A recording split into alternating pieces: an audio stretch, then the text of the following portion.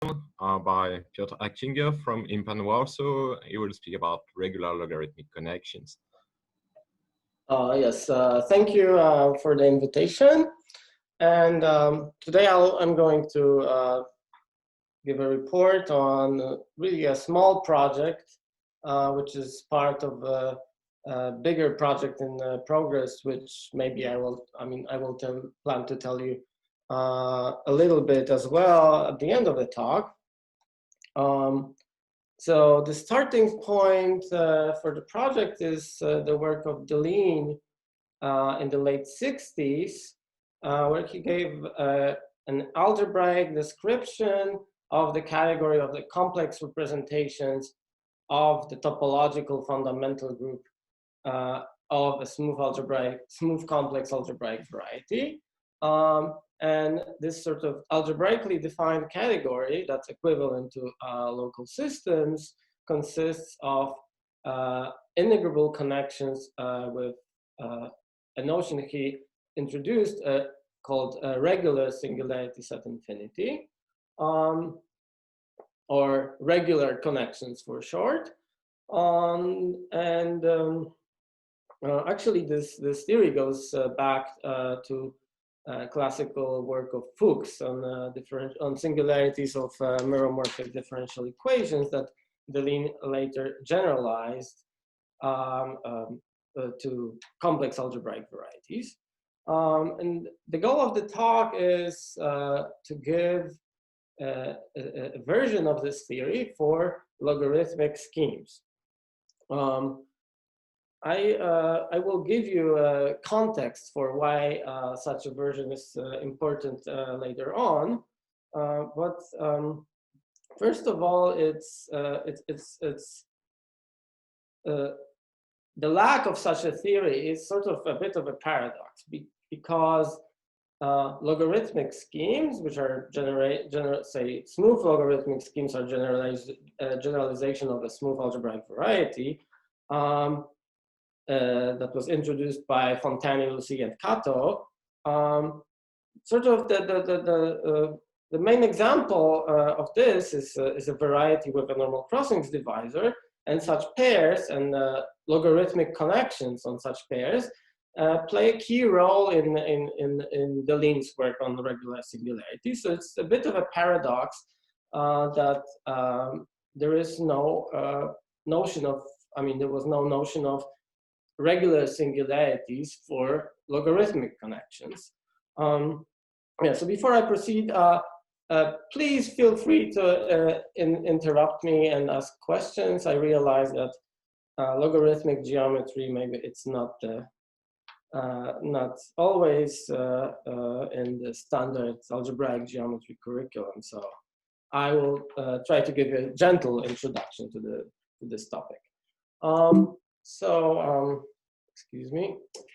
Let me start by giving a brief overview of Deligne's results, so the classical theory. As I said, in dimension 1, this theory goes back to Fuchs, and the theory was written beautifully in Deligne's book in lecture notes in mathematics in the Springer series.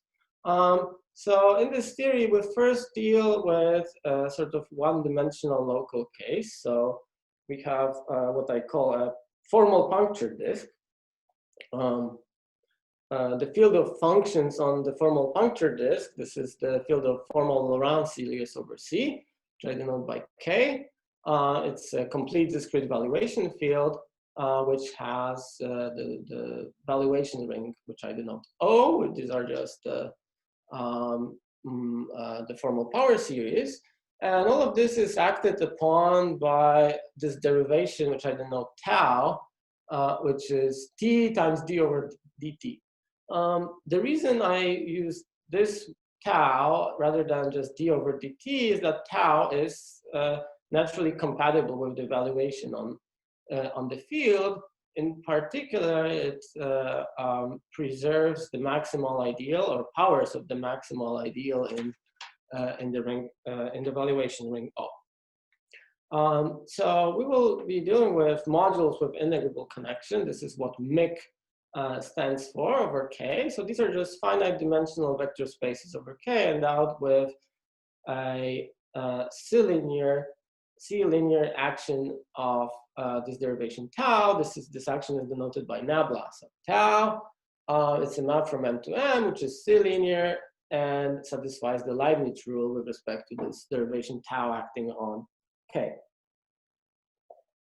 And so now the notion of regularity for such an object just means that it admits a model in this setting, which means it admits a lattice, an O lattice, which is stable under this this action nabla tau. Now, a lattice is by definition a finitely generated O submodule which spans the entire K vector space. So let me give you some basic examples. So these modules with integrable connections correspond to linear ordinary differential equations. And so, for example, I can consider just the first example here. I can consider just the one-dimensional vector space K with the unique connection which sends 1 to lambda, which where lambda is a constant. Sort of the solution to that differential equation is some multiple of t to power minus lambda. That's why I denote it like this in quotes. So these are regular, and I also have sort of exponential ones where I have e to power 1 over t, in quotes. This is a solution of this connection where 1 is mapped to 1 over t. So this is not a regular singularity. In general, whenever I have a differential equation, a linear differential equation over K, I can write it down uniquely in the form displayed here, just some, say, polynomial in tau with coefficients on the sort of left-hand side of powers of tau. Such a differential equation gives rise to an integrable connection on K to power n, which is called cyclic, and that connection is regular if and only if the coefficients of that equations are regular. Now, it's important that I wrote tau here, powers of tau here, of course, and not dd over dt. So this is really the classical notion studied by Fuchs. And by the way, a theorem of Katz says that every object of this category arises from such a differential equation. So this is a sort of exhaustive example. So the point of having this nabla tau stable lattice is that you can then you get the induced map on this lattice by nabla tau, and then because tau preserves the maximal ideal, you can reduce modulo t, and you just get a map. You get this vector space n bar 0, which is just a finite dimensional vector space over C, and the connection induces a map which I denote rho here, and it's called the residue of the connection. What's important about this rho, it's eigenvalues, which depend actually on the choice of this n bar, but only modulo z. So this means that the multiset of the images of the eigenvalues in the quotient of C by the integers is well defined, and somehow roughly the choice of these eigenvalues lifting the given set in C mod Z to C, they enumerate, distinguish between different lattices m bar.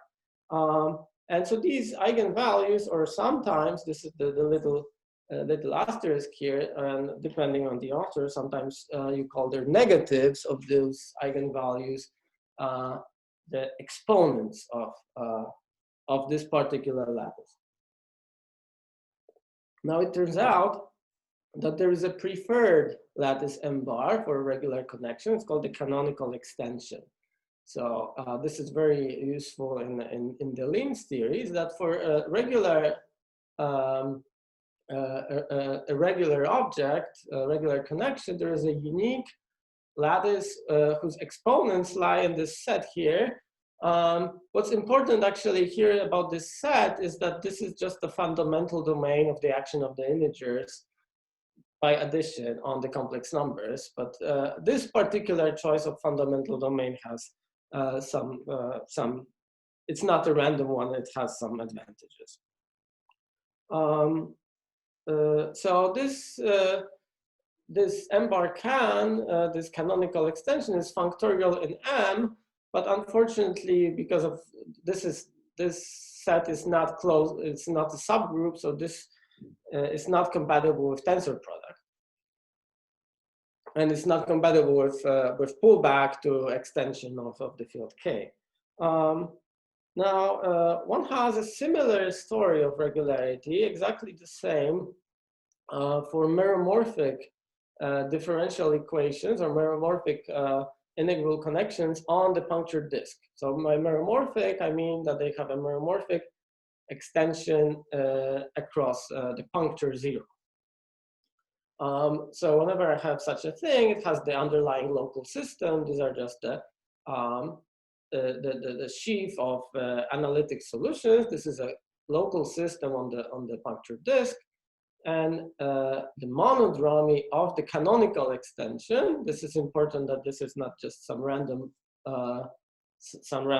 lattice M bar, determines the monodromy as the exponential of -2 pi I times this. Of course, here you see that the integers sort of, the integer eigenvalues, they all give you unipotent monodromy. Okay, so now let me review the story in higher dimension. So now I have a smooth scheme over C, and I have the category of modules with integrable connection over X, which means coherent sheaves endowed with a map nabla like so, which is an integrable connection, which means satisfies the Leibniz rule, it's C-linear, and integrability, which was a vacuous condition before, means that sort of this nabla squares to 0, which means this gives rise to a D module.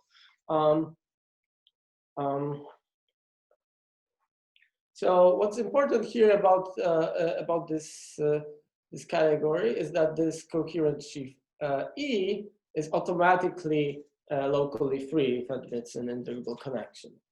And now we have sort of a cheap definition of regularity. I mean, there are many equivalent characterizations, but the cheap one for us is that an integral connection on a smooth scheme is regular if and only if its base change to every formal puncture disk is regular in the sense that we have already defined.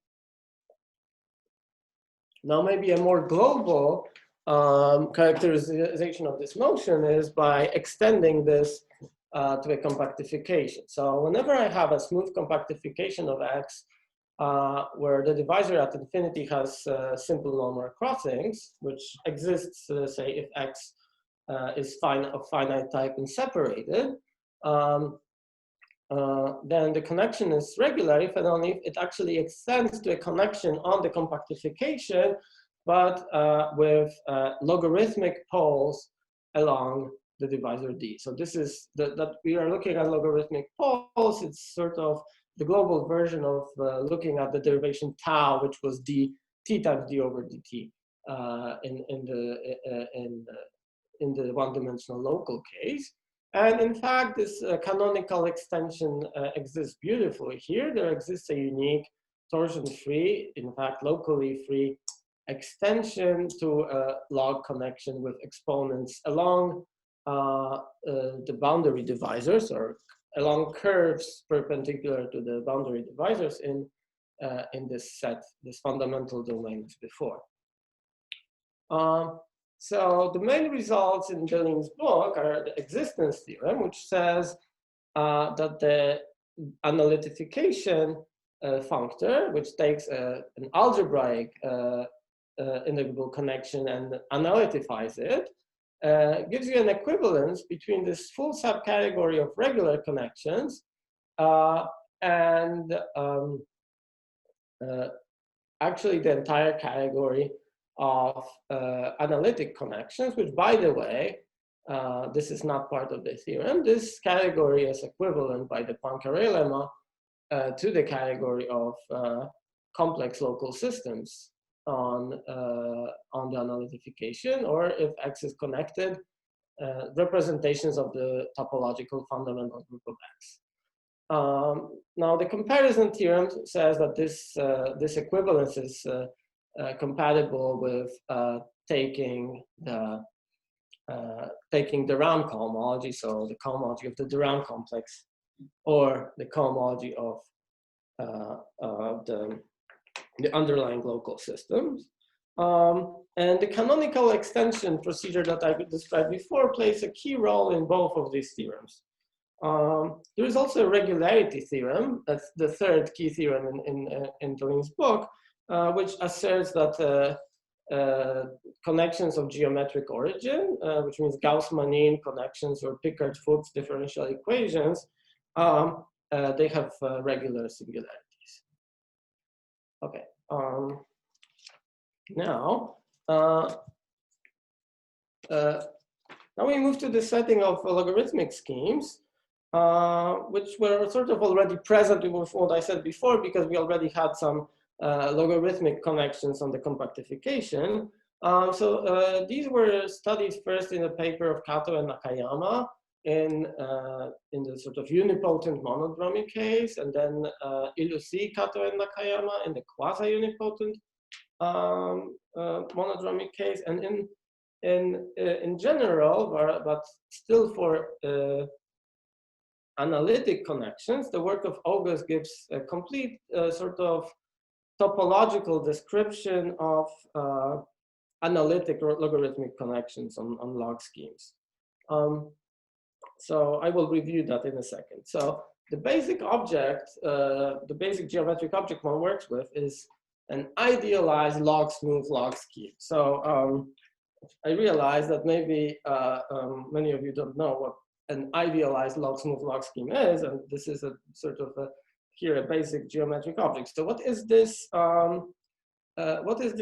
In here? So for those of you who are not familiar with such beasts, this is something which is modeled on the quotient of a monomial, a monoid algebra by a monomial ideal. So something like, I take a monoid, which monoid P, which is sort of like the type of monoid that you build, say, an affine toric variety out of. So this is a finitely generated, cancellative, and what's called saturated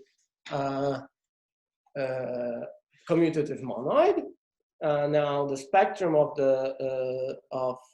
its monoid algebra is an affine toric variety, and now you take a monomial ideal, which is an ideal generated by some subset of P, which means precisely it's a closed subscheme which is in this toric variety invariant under the action of the torus. And then you endow this scheme, which might not be reduced or irreducible, with what's called a log structure induced by this monoid P mapping to the functions of this space. So whatever this is, I will not describe what log schemes are. This is a scheme together with such a sheaf of monoids curly M. Whatever this is, it has a sheaf of differentials, logarithmic differentials. So when I write Y here, I really mean the pair of the scheme together with the log structure. So in this case, this module will be just freely spanned by the associated group of the monoid. This is the smallest group that contains this monoid. And this is really free and spanned by elements corresponding to elements of P, which are called D log P. Now, this makes sense. D log P is takes multiplication in P, and I write P multiplicatively to addition. So yes.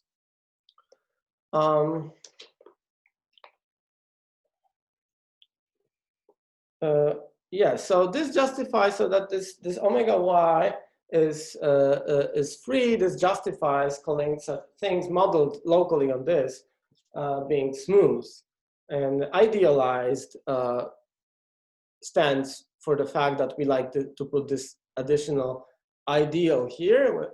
Without that, I would be talking about log smooth, but without idealized log schemes, which means just modeled on affine toric varieties. Such things come with a natural stratification. So an affine toric variety, or any toric variety, has a stratification by the orbits of the torus action. So same here, our local model Y has an action of the torus T, which is just homomorphisms from P to GM.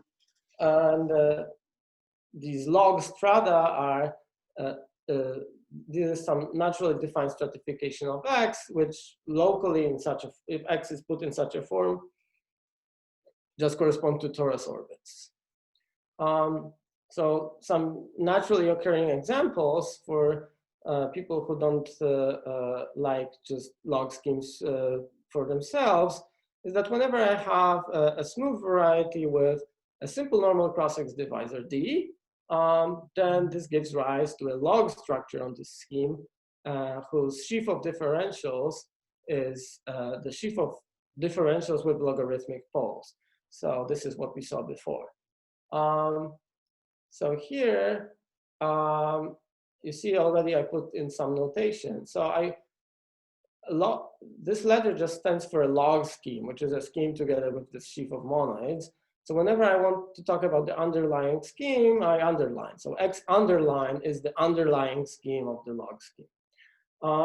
And now there was sort of no ideal here, ideal sigma.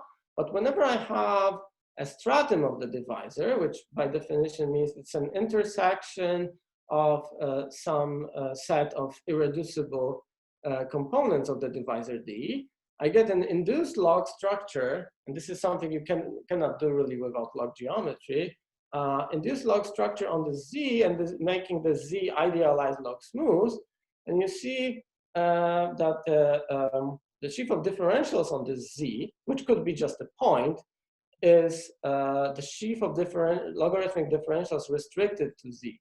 So you see, even though the Z is classically a smooth variety of lower dimension than X, it has a sheaf of differentials of the same rank as dimension of X. So it behaves as if it had a bigger dimension. So that's a thing to keep in mind.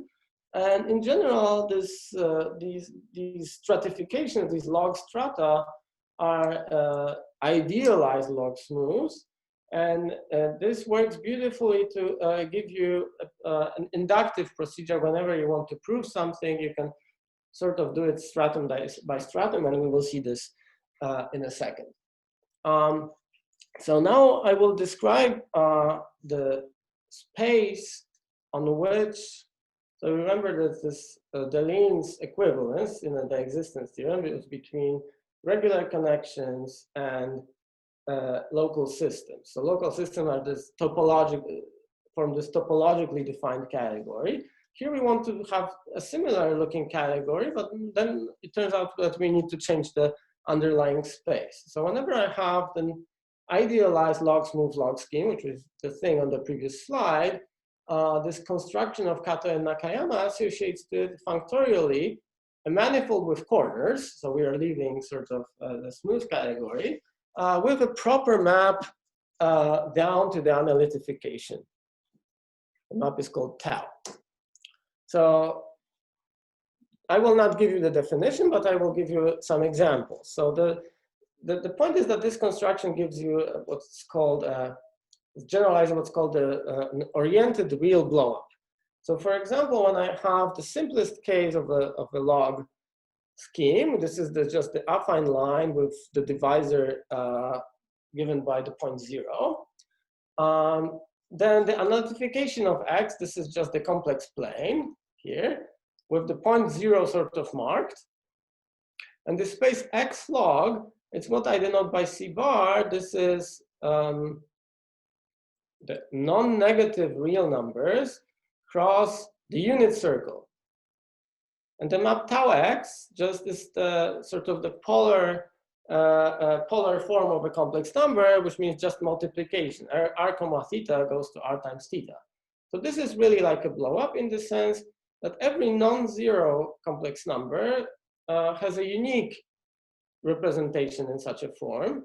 This is the polar form. Now, but over 0, the argument theta is not well defined. I could take any, so this is just a full circle. So this circle is sort of like an exceptional divisor of this blow.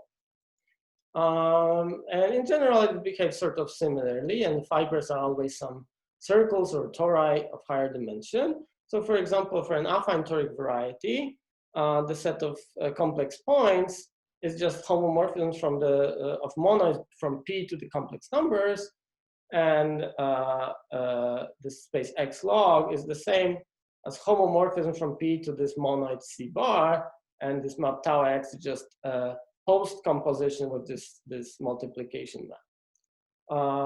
If I have a simple normal crossings pair, so a smooth variety with a simple normal crossings divisor, this map is what's usually called an oriented real blowup that appeared much earlier in the literature than Kato and Nakayama's work.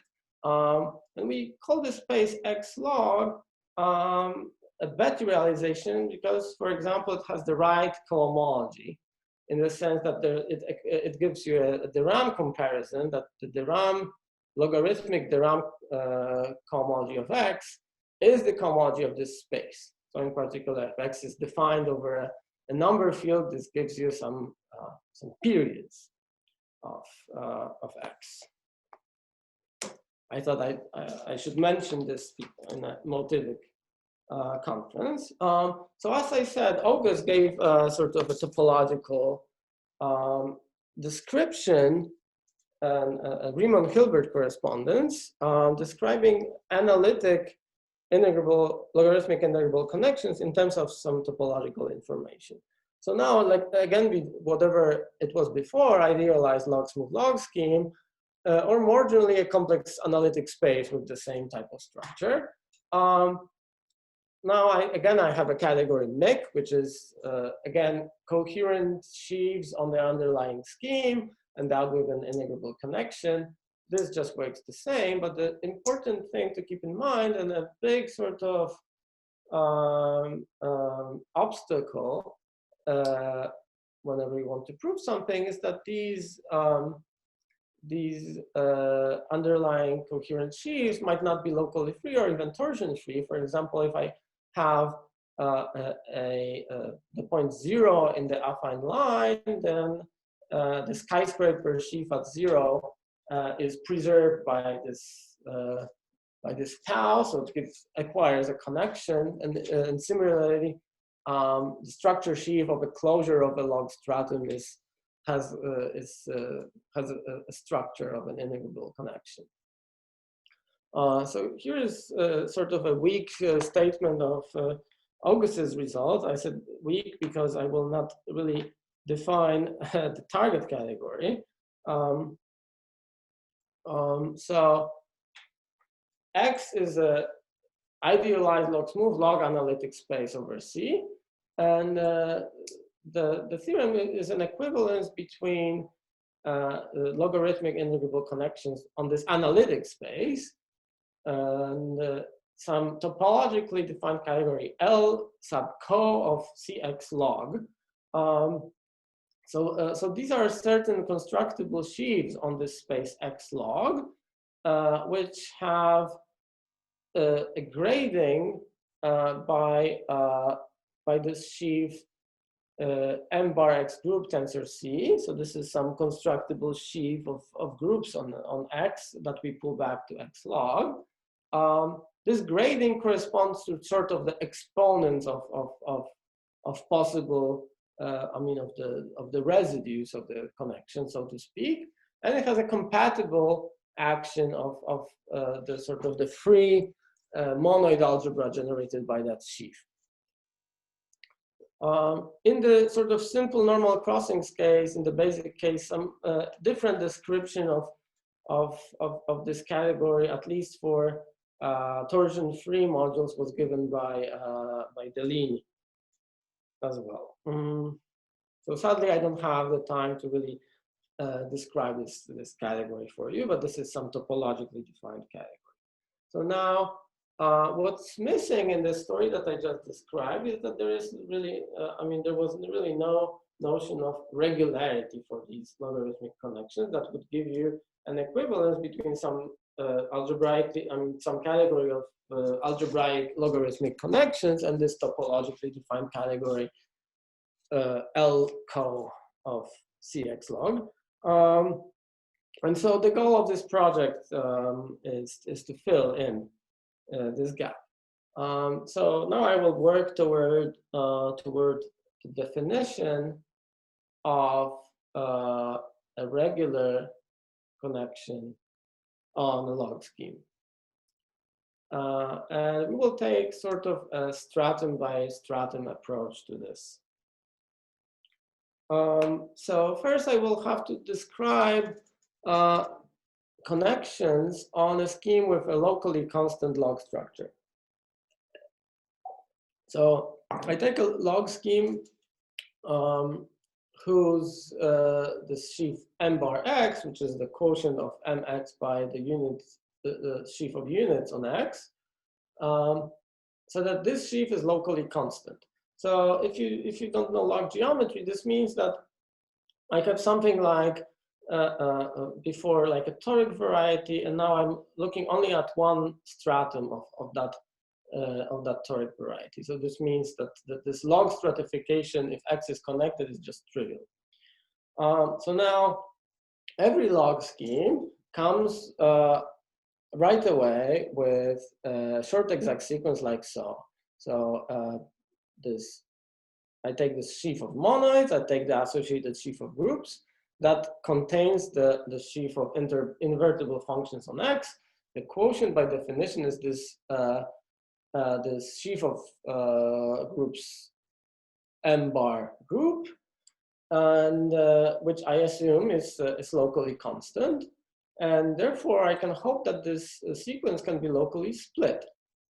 So by definition, a splitting of the log structure on x is a splitting of this sequence. I wrote it here a bit differently. I want a homomorphism of sheaves of monoids, which induces a splitting of this short exact sequence.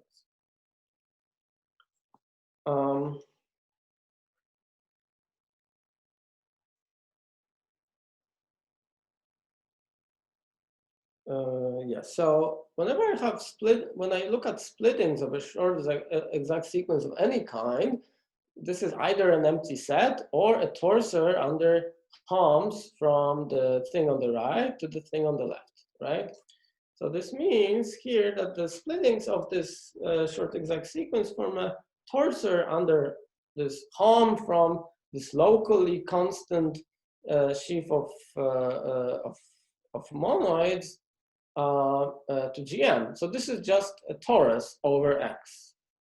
It might not be globally of the form X cross GM, but it's etal locally just a constant torus over X.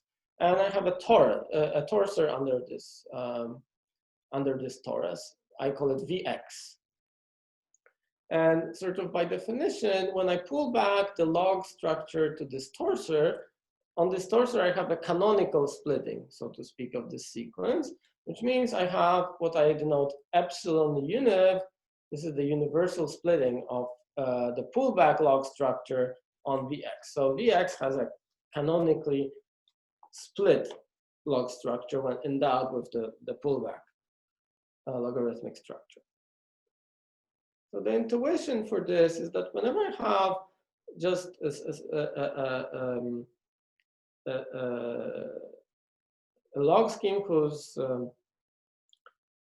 log stratification is trivial, so which means m bar x is locally constant, then I think of the log structure or the map from this log scheme to the underlying scheme like a torus bundle. So you see in the picture, when I look at, actually, if I'm over C and I look at those Betti realizations, this map from X log to X and is literally a locally trivial bundle of real tori, so compact tori.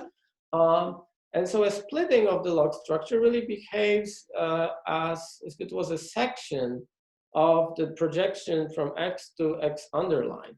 Now, such a map, if the log structure is non-trivial, there are no maps going in this direction. That's why I wrote the quotes. So the splitting is sort of like a map which doesn't exist, but it behaves as if it did. So, for example, I can pull back differential forms via this this map epsilon. So I wrote in quotes epsilon upper star for the map which pulls back a log differential and gives you a no log differential on the underlying scheme. This works with no assumptions. And similarly, I get a pullback map on integrable connections. And I guess the same should work for log D modules as well. So now we can sort of take the cheap approach to defining what a regular logarithmic connection is. So I take again X over C idealized log smooth as before, and I will define the notion of a regular connection sort of stratum by stratum. So suppose first that the stratification is trivial, so I'm looking at only one stratum, which I can assume to be reduced. I take the reduced stratum. So this means that I have a smooth underlying scheme and a locally constant sheaf of groups. So now, as I described before, I have this torsor under the torus torsor Vx over X, and the universal splitting on that torus. So now, and if I have a logarithmic connection on X, I can pull it back to a logarithmic connection on Vx. And then, because it has a splitting, I can apply the epsilon star univ functor to get an actual no log, I mean, in a classical sense, a connection on a smooth variety. And now I can say that this is regular. So I will define that my thing on X, the logarithmic connection on X is regular if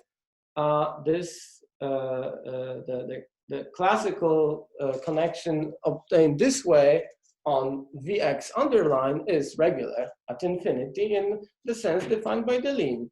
Now, in general, as I said, I define this notion stratum by stratum. So some more general modulo of integrable connection on X in the log scheme X is regular if it's regular on every stratum of the log stratification. So just a word of comment. Whenever I have a local splitting, I mean, these exist et al. Locally on X. And if I can sort of trivialize the sheaf of monoids M bar, which means looking locally enough, then I will see that having the structure of a modulo of integrable connection on X is the same as having just a connection on the underlying smooth variety, plus a number of commuting horizontal endomorphisms, which are sort of, they're responsible for the log sort of directions or residues. And this functor epsilon upper star, what it does, it just forgets those extra endomorphisms. So this is really a simple notion. Okay, so this this notion of regularity has multiple familiar-looking properties. So, for example, and this is sort of thing that you prove at the beginning to get the theory of the ground, is that if X is proper, then the condition of being regular at infinity is completely vacuous. So every connection on a proper log scheme is regular.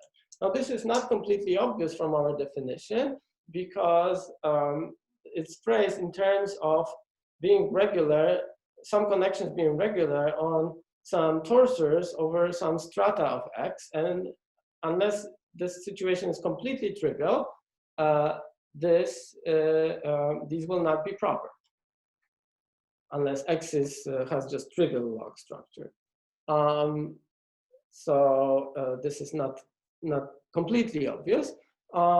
Then another familiar point is that whenever I have a good compactification, I will talk about good compactifications in a second because this is a very important point in this theory, is that this being regular is the same as being extendable to a log connection on a good compactification.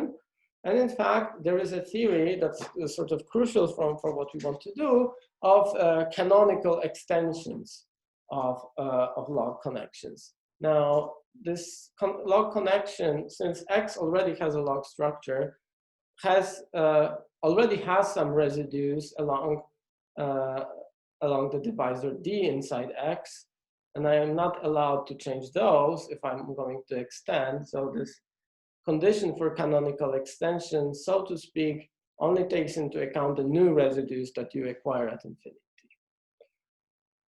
This notion is étale local, which is important because we want those compactifications will only exist locally. And it's a birational property of the connection. But here you have to remember that the underlying module, it's not torsion free. So it's maybe supported on a smooth, on some closed subscheme. And so then birational, your open subset has to contain all associated primes of this coherent sheaf. Otherwise, it doesn't make any sense. And what's also very useful is that regularity, as in the classical case, can be checked by looking at cutting down with curves. So one possible formulation is that whenever I restrict any log puncture disk with some log structure, then the pullback will be suitably regular.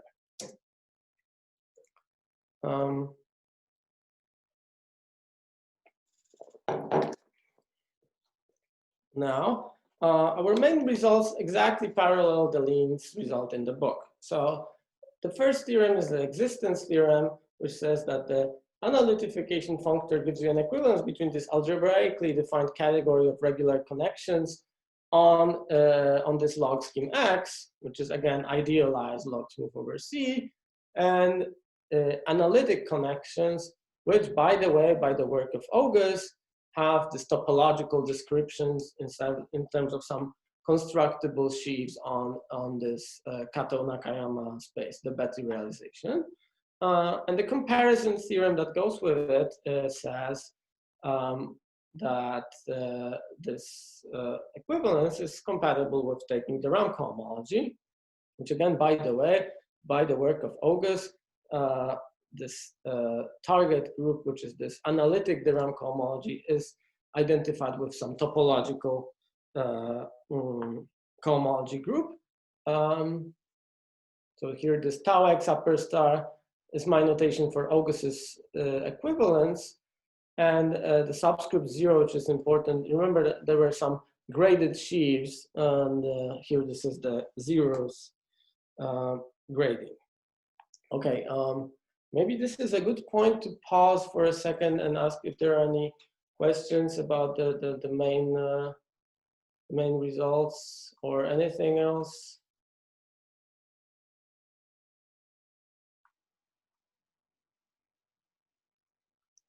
Okay. Quick question, is the extension functor compatible with taking cohomology? This canonical extension. Yes. Yes.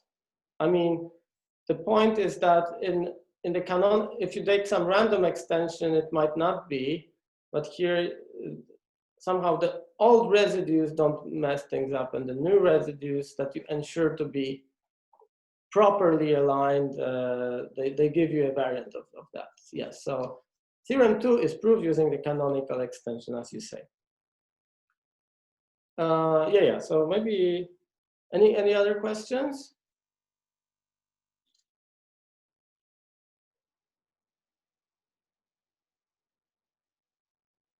Okay, so just a few words about the proofs. There is nothing really spectacular going on in the proofs. They are reasonably parallel to Deligne's theorems. But what's more difficult is to first, the theory of canonical extensions has to work somehow. And for that, you need to compactify. And something that is actually surprisingly tricky in this theory is that you cannot always compactify a smooth log scheme. So for example, you could have a toroidal pair, so a smooth variety. I learned this example from Dan Abramovich. So if you take the Whitney umbrella, classical sort of singularity, this is in A3, and you remove the point 0, the pair A3 minus 0 and the Whitney umbrella minus 0, this is a normal crossings pair, which does not admit a compactification. Even though, I mean, the point is that this singularity at 0 messes things up.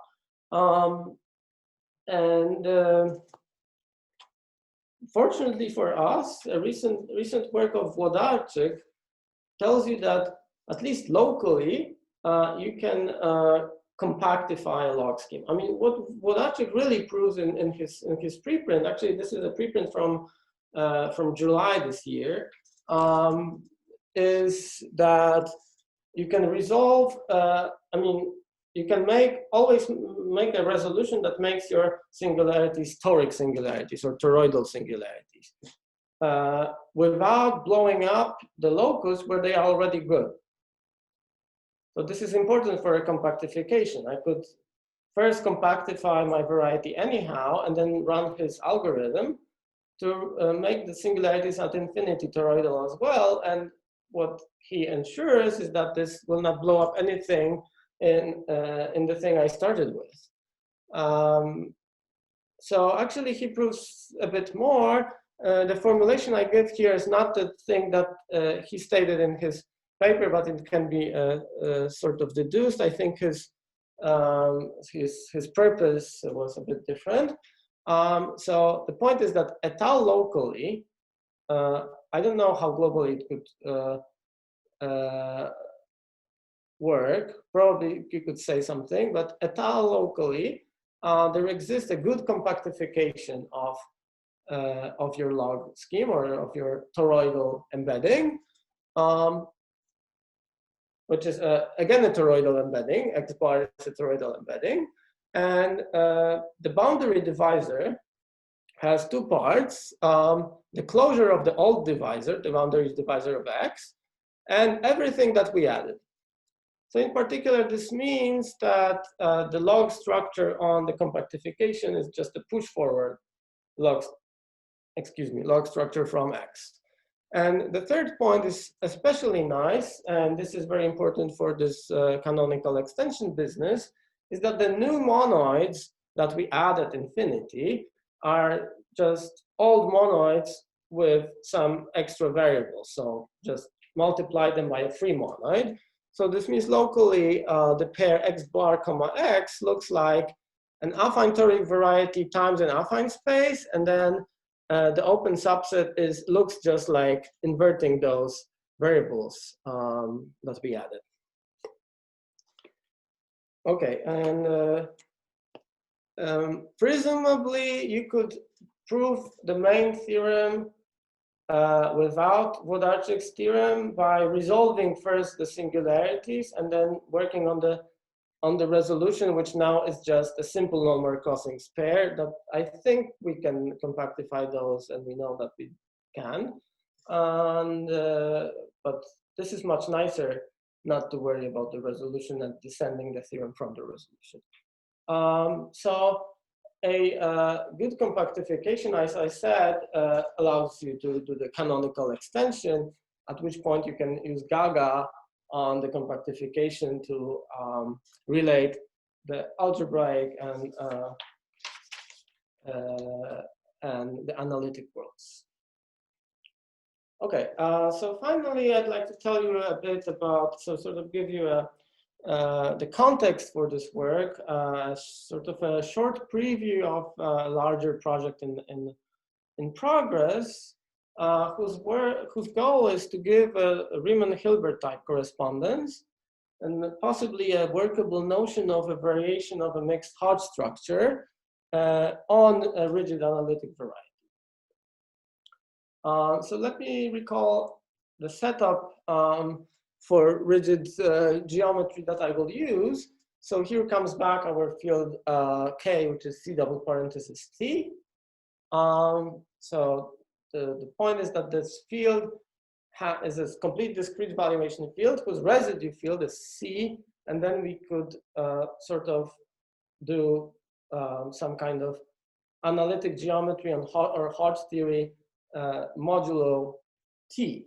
So X over K is a smooth quasi-compact, quasi-separated rigid analytic space. And no matter, I mean, you don't really need to know what these are because of this vision of Renault, who said that such things always come as some generic fibers of some formal schemes. So over this O. So somehow the rigid analytic space is something like looking at a formal scheme and removing the special fiber, which you can do completely formally by inverting some morphisms such as a blow up in the special fiber that should become an isomorphism on the generic fiber. So you could completely sort of forget about the difficult parts, at least in the beginning of learning non-Archimedean geometry. And because I assume that my space is smooth, this means that it has a model which has nice singularities. For example, it's semi-stable. More generally, I could make it log smooth and satisfying some nice properties, which I call here generalized semi-stable model. You can think it's semi-stable. And now the point of this is that when I look at the special fiber with the induced logarithmic structure, so the log structure is first induced by the generic fiber and restricted to the special fiber, that this thing is idealized log smooth over C. So I can apply everything that I was talking about before to this Y. Now the sort of, so for example, this thing has a Betti realization, Y log. It maps to the circle because the circle is the space log for the point. This is just, this map to the circle comes just by functoriality from the map from everything to the point. Now, the only sort of thing that you need to worry about is that whatever you do to the space to the space Y, the space Y depends on the choice of the model, and you want to prove theorems about the generic fiber. So you need to prove some independence of the model sometimes. So here's the picture. I have, looking from the left, I have the C double parenthesis T, over which I have my rigid space. It extends to a formal model over this formal disk. And now I look at the complementary close immersion to special fiber to spec C. I have this log scheme over spec C. And then it has this Kato-Nakayama space, which is now just a manifold with corners, which is fibered over S1. And the slogan, which is very fruitful here, is that the topology of this Y log reflects the topology of X as if it was a complex manifold together with the monodromy. And it's fibered over S1. That's the monodromy of the in the limit, so to speak. So in a previous project with Mattia Talpo, we analyzed the homotopy type of this space Y log. And we proved that this doesn't depend on the choice of the model up to homotopy. So in fact, it gives rise to a functor in the infinity categorical sense from smooth rigid analytic spaces over K to the infinity category of spaces. That's slightly better than just a functor in the usual sense to the homotopy category, because it allows you to do, for example, descent. So you can prove that this functor psi satisfies hyperdescent. It's a sheaf in the infinity topos language. And independently, the cohomology groups of these spaces were studied by Berkovich. So actually, I don't look at the space Y log, but at the homotopy fiber of this fibration over S1. And Berkovich proved that they carry a natural mixed Hodge structure. Now there's an even earlier work of Stewart and Bologotsky who do the same thing in a bit of different setting using a similar approach. And actually this goes back way to work of Steenbrink in the 90s. Okay, so now I'm gonna describe shortly this Riemann-Hilbert correspondence that now I'm currently working on. So now on the left-hand side, we will look at C linear connections on X, this rigid space. So they are C linear, so in particular, they are not linear with respect to C double parenthesis T. So this tau that we started with, this still acts on those connections. I don't know how to describe C double parenthesis T linear connections yet. Now there is a notion of a regular connection, which is a bit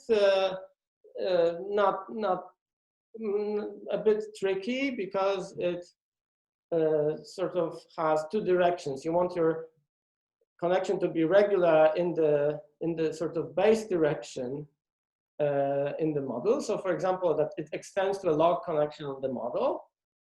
If it does, then you can restrict that to a special fiber. Now you get a log connection on Y, and you want that to be regular at infinity in the sense that I described. So for those of you who like adic spaces, this is like I need to look at points of the adic space with valuation of height 2, not just the classical points. So it's a bit tricky. And on the other side of the correspondence, I will have just complex local systems on the space psi of X, which is the local systems on the space Y log, which we know it's the space is well defined up to homotopy independent of the model X. And the theorem, which I put in quotes here because it's depending on how you set up the notion of regularity is proved or not. So this, you could say, it's the target theorem, is that there is an equivalence of categories between regular C linear connections and local systems on the on this Betty realization space psi of X. So you could regard this theorem as safely proved if X is proper, and if X is more general, then I think needs work on the actual notion of regularity. Now, the interesting thing about this theorem is that this lets you define a rational structure on a regular integrable connection, just because there is a notion of a Q local system on the thing on the right. So if you have this, then maybe you can define something like a variation of mixed Hodge structure on the thing X. Now, what I'm going to tell you now, it's sort of is completely tentative. So here's an attempt on defining a variation of mixed Hodge structure on X. So this should consist of the DRAM, on the DRAM side, so to speak, a regular connection with a Griffiths transverse Hodge filtration. Now, on the Betty side, you should have a Q local system. on the Betti space with a weight filtration. And now they should be compatible in the sense that you identify the C local system associated to V by the Riemann-Hilbert correspondence with the complexification of this Q local system. And now you need this to be not just a compatibility that makes it a variation of mixed Hodge structure that I wrote here, that for every classical point of X, you have some admissibility condition that tells you that this tuple, when you pull it back, has some admissibility condition, as in the work of Saito and Zucker about variations of mixed Hodge structures. Yes. So in the last sentence, what I do not know how to do is in this theorem 3. Suppose on the right I wanted to describe the space, the local systems on the fiber of this this fibration over the circle in terms of some integrable connections. I don't know how to do that. Or similarly, on the left-hand side, I could look at C double parenthesis T linear connections on X. Does that correspond to some topologically defined category? Well, I don't know.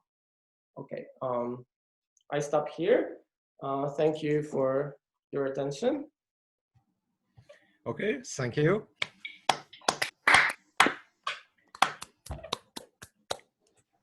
Okay, so now it's time for questions.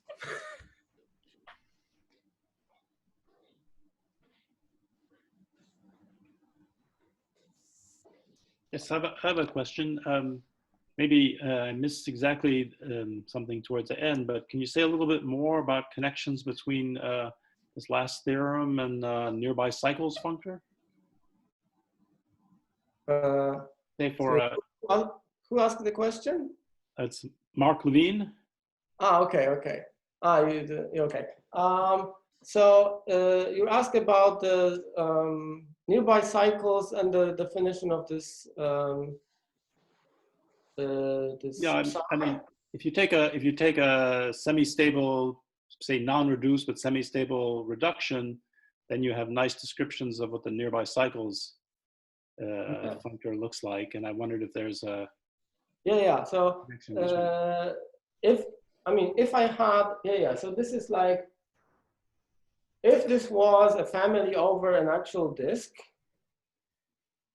then you could use topological nearby cycles and get a complex of say Q vector spaces on the special fiber, and the cohomology of that is the cohomology of the space here. So okay. It replaces sort of the non-proper inclusion of the map from the generic fiber to the model with the proper map from the space X log. So okay. So it generalizes that situation though. Exactly. Yes. Okay. Great. That's what I was asking. Yeah. Great. Thanks. Cohomology is a bit easier than fundamental groups in this situation. Yeah. Okay. Thank you.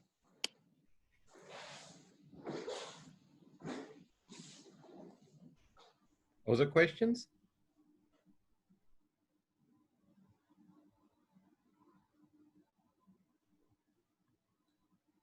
Well, if not, we thank Piotr again.